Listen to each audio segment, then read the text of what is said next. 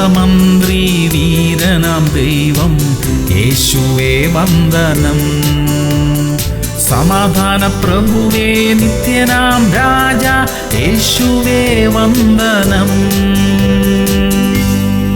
സദൃശ്യവാക്യങ്ങൾ 11-14. പരിപാലനം ഇല്ലാത്തയിടത്ത് ജനം അധോഗതി പ്രാപിക്കുന്നു, മന്ത്രിമാരുടെ ബഹുത്വത്തിലോ രക്ഷയുണ്ട്. പ്രിയമുള്ളവരെ, ദൈവജനത്തിന്റെ അനുഗ്രഹത്തിനും ജീവിത ശൈലിക്കുമൊക്കെയുള്ള കൽപ്പനകളും അതിന് യോജിച്ച ആത്മീക നേതൃത്വവും ദൈവം നമുക്കായി നിയമിച്ചിരിക്കുന്നു. നമുക്ക് തോന്നിയതുപോലെ ജീവിക്കാൻ നമുക്ക് അനുവാദമില്ല. ദൈവകൽപ്പനകളെ ദൈവദാസന്മാർ നമുക്ക് ഗ്രഹിപ്പിച്ചു തരുന്നു. ചിലപ്പോൾ അവർ നമ്മെ ശാസിക്കുന്നു.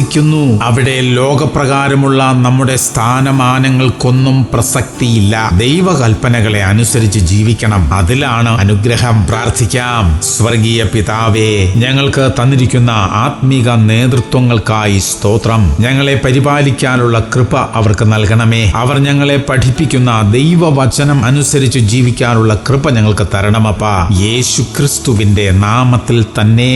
ആമേൻ, ആമേൻ, ആമേൻ.